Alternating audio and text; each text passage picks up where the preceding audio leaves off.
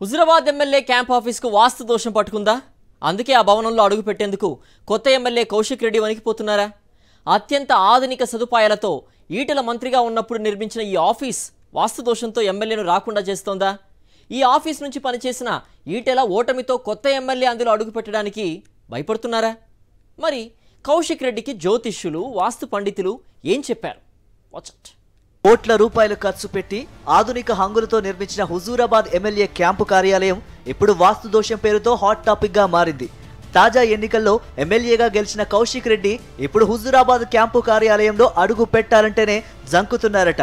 హుజూరాబాద్ ఎమ్మెల్యేగా గెలిచిన కౌశిక్ రెడ్డి 4 రోజుల క్రితం ఓ వేద బ్రాహ్మణుడు జ్యోతిష్కుడిని తీసుకువెళ్లి కార్యాలయాన్ని పరిశీలించారట.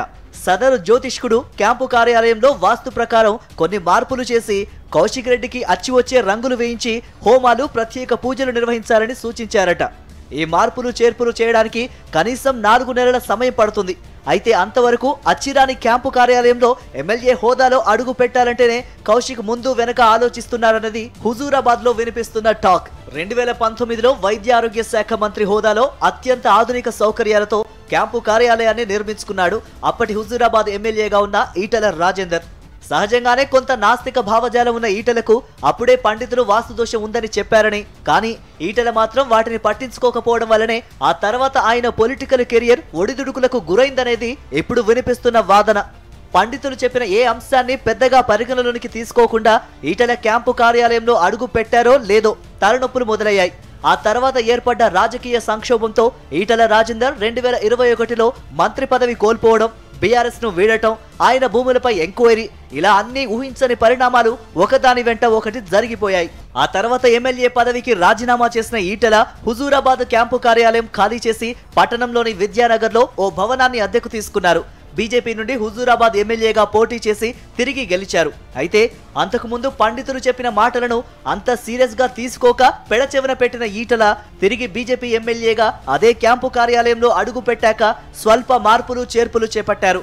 వాస్తు ప్రకారం ఉత్తర ద్వారం గేటు, తూర్పు ద్వారం గేటులో మార్పులు చేసి 2.5 ఏళ్లు మళ్లీ ఎమ్మెల్యేగా కొనసాగారు.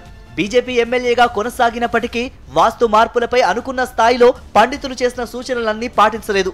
దాంతో రాజకీయ, ఆర్థిక పరమైన ఒడిదుడుకులు కూడా ఈటెల ఎదుర్కొన్నారనే ప్రచారము జరిగింది. ఉప ఎన్నికల్లో ఏ ఇల్లైతే ఈటెలకు కలిసొచ్చిందో అదే ఇంటిని బీఆర్ఎస్ అభ్యర్థి కౌశిక్ రెడ్డి 2023 ఎన్నికల్లో అద్దెకు తీసుకొని అదే ఈటెల రాజేందర్ పై 17,000 ఓట్ల మెజారిటీతో విజయం సాధించారు.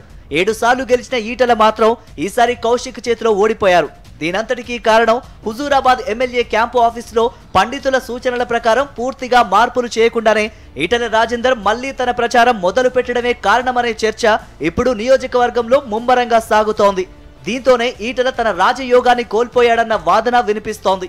ఈటెల రాజకీయ భవిష్యత్తులో ఒడిదుడుకులకు కారణమై 2023 ఎన్నికల్లోనూ ఆయన ఓటమికి కూడా హుజూరాబాద్ ఎమ్మెల్యే క్యాంపు కార్యాలయంలోని వాస్తు దోషమే కారణమన్న టాక్ బలంగా వినిపిస్తూ ఉండటంతో ఇప్పుడు ఇక్కడి క్యాంపు కార్యాలయంలో అడుగు పెట్టేందుకు సిట్టింగ్ ఎమ్మెల్యే కౌశిక్ భయపడిపోతున్నారనే టాక్ నడుస్తోంది.